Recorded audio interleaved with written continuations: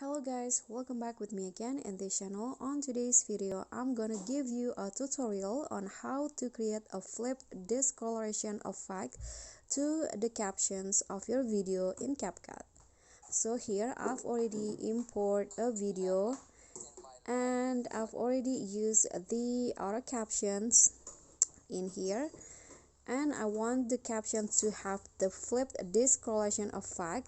So what you need to do is just click one of the captions and then find the animations at the bottom, click on the caption tab, and in here just scroll down until you find the flipped discoloration animations. Okay, so this one's right here, click on that and this will be the result. You can click on the check icon now. And that's all from me. Thank you so much for watching. Don't forget to like, comment, subscribe, and also click on the thanks below. Bye.